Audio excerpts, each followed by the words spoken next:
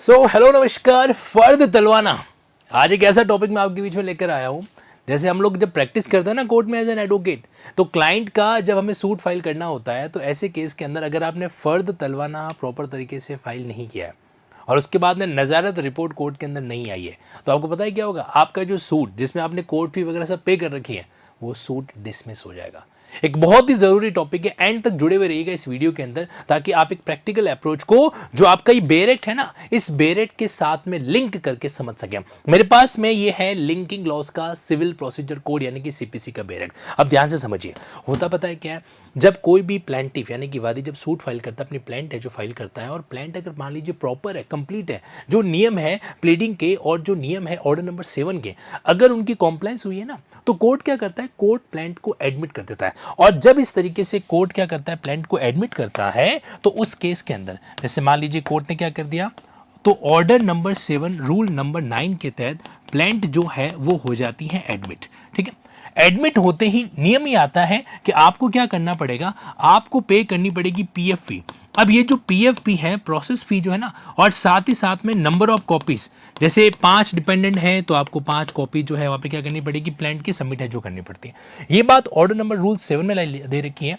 और इस किस मैनर में करेंगे, तो इसका मैनर आपको दे रखा है सिविल प्रोसीजर कोड के ऑर्डर नंबर 5 रूल नंबर 9 के अंदर। और पता है, अगर आपने ये चीज नहीं करी तो आपका जो सूट है वो डिसमिस हो जाएगा ऑर्डर नंबर 9 के रूल नंबर 2 के तहत। मतलब ये जितनी भी गणित आपको ऑर्डर रूल्स की दिखाई दे रही है ना, ये सारी की सारी कनेक्ट होती हैं इस वर्ड से, फर्द तलवाना। अब समझने की कोशिश करते हैं।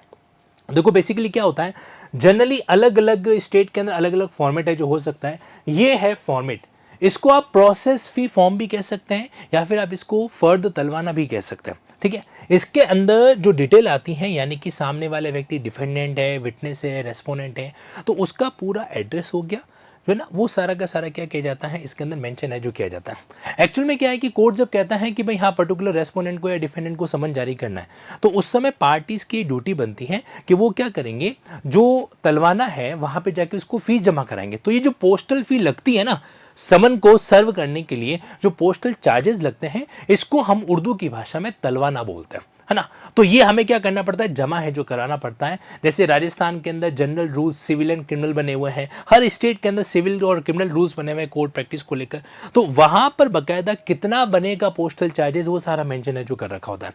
तो ये जो पोस्टल फी होती है, जिसको अपन पीएफ बोलते हैं ना, इसी को सामान्य भाषा में तलवाना कहता है। लेकिन इतना भी आसान नहीं जितना आप समझ रहे हैं। आइए देखिए, तो यहां पर मैं आपको बताना चाहता हूं कि सिविल केसेस और क्रिमिनल केसेस दोनों का एक बाइफरकेशन है। ये सिविल केस के अंदर जब आप प्लेंट है जो फाइल करते हो, सिविल केसेस के अंदर जब आपने प्लेंट फाइल किया, अपील फाइल करी, या कोई भी एप्लीकेशन है जो फाइल करी, तब आपको ये जमा कराना होता है। क्रिमिनल केसेस में, एफआईआर केसेस में कोई तलवाना नहीं लगता है।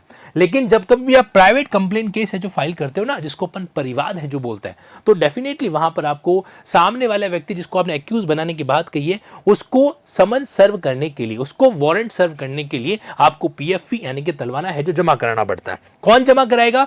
तो जो प्लेंटिफ है, जो एप्लीकेंट है, वो जमा कराएगा। क्रिमिनल के अंदर जो कंप्लेनेंट या शिकायत करता है, वो जमा है जो करवाएगा। कानूनी प्रावधान कहां पे दे रखा है? तो देखो, CPC order number 7 rule number 9, और साथ ही साथ में एक स्पेसिफिक ऑर्डर 27 के अंदर इसका जिक्र है जो कर रखा है। अब यहां पर आपको एक बात समझनी है कि अगर आपने तलवाना जमा नहीं कराया तो आपका सूट क्या हो जाएगा, डिसमिस है जो हो जाएगा। और क्रिमिनल केसेस के अंदर जब आप भारतीय नागरिक सुरक्षा संहिता की ये वाला सेक्शन पढ़ते हो ना, 227(4), अभी एक बार इस वीडियो को पॉज करना, पॉज करने के बाद बकायदा बेर एक्ट ओपन करो, और जो मैंने आपको सीपीसी के नियम बताए हैं और जो मैंने आपको बीएनएसएस का यहाँ पे सेक्शन बता रहा हूँ, क्या वाकई में वहां पे कुछ ऐसा लिखा हुआ है कि नहीं लिखा हुआ, एक बार क्रॉस चेक जरूर कीजिएगा। ओके, कभी भी पुलिस केसेस के अंदर इसकी जरूरत है जो नहीं पड़ती है। अब क्या क्या डिटेल जो है हमें सबमिट करनी होती है जब कभी भी आप इस तरीके से प्रोसेस भी जमा कराते हो, तलवाना जमा कराते हो, तो देखो जनरली ये 4 डिटेल होती है। मतलब आपको केस का डिटेल मेंशन करना पड़ता है, प्लस जिस व्यक्ति को आप समन सर्व करना चाहते हैं उसका कंप्लीटली जो आपको एड्रेस वगैरह है, पता, उसका कॉन्टैक्ट नंबर, वो मेंशन है जो करना होता है।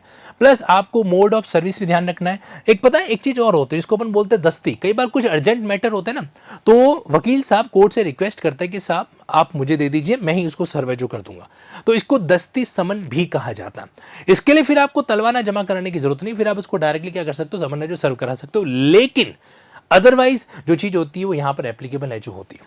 अब मैं आपको लगे हाथ एक बात और बता देता हूं कि जब कभी भी इस तरीके से जो ये चीज़ होती है ना, तो एक आपका वहां पे सेक्शन बना होता है जिसको अपन कहते हैं कि सर्विस जो ब्रांच है, या मतलब जहां पे जो भी पोस्टल सर्विस है उसका एक तरीके से विभाग है जो बना होता है न्यायालय परिसर के अंदर ही। तो वहां से ना आप जाके बाकायदा इसकी एक नज़ारत रिपोर्ट भी लेते हो। अब ये नज़ारत रिपोर्ट क्या होती है, इसको जरा समझने की कोशिश करना। नज़ारत रिपोर्ट का मतलब है कि भाई कोर्ट ने कहा कि समन सर्व करो, अब अगली जब भी तारीख होगी ना, तो उस तारीख से 3-4 दिन पहले वकील साहब क्या करेंगे, अपने मुनीम जी को बोलेंगे कि भाई जाके एक बार वो नज़ारत रिपोर्ट लेके आ जाओ। नज़ारत रिपोर्ट का मतलब होता है कि जो सर्व हम समन हमने सर्व करवाया है उसका स्टेटस क्या है, सर्व हुई नहीं हुई, रिटर्न होगी क्या होगी, वगैरह वगैरह।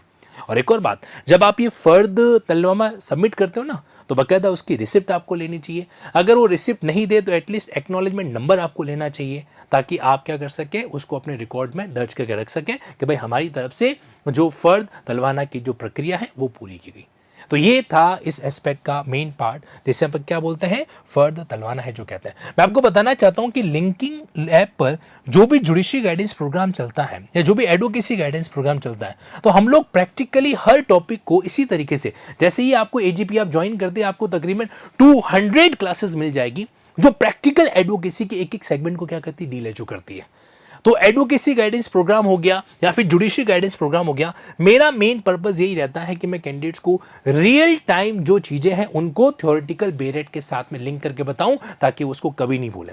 आज आप इस वीडियो को देखने के बाद में आपकी order 7 rule 9, order 5 rule 9, order 9 rule 2, साथ ही साथ में ऑर्डर 27 और सिविल आपके बीएनएसएस के सेक्शन 227 को ऑब्जर्व करेंगे ना, then you will get to know कि फर्द तलवामा कहने को भले ही थ्योरेटिकली उर्दू वाला शब्द हो, लेकिन ये हमारे लिए कानून को या जुडिशरी के सिलेबस को कवर करने में बहुत हेल्प है जो करता है। अपनी पढ़ाई को पुराने ट्रेडिशनल मेथड से बाहर निकालिए और क्या करिए, उसको इस तरीके के मॉडर्न लिंकिंग अप्रोच से लिंक करते हुए चीज़ों को समझिए। आपका कोई भी डाउट हो कोर्ट प्रोसीडिंग से जुड़ा हुआ, आप मुझे क्या कर सकते हैं, कमेंट बॉक्स में मेंशन कर सकते हैं, या और कोई भी उर्दू का शब्द जिस पर आप चाहते हैं कि मैं वीडियो बनाऊं, तो do let me know without any hesitation. Thank you so much.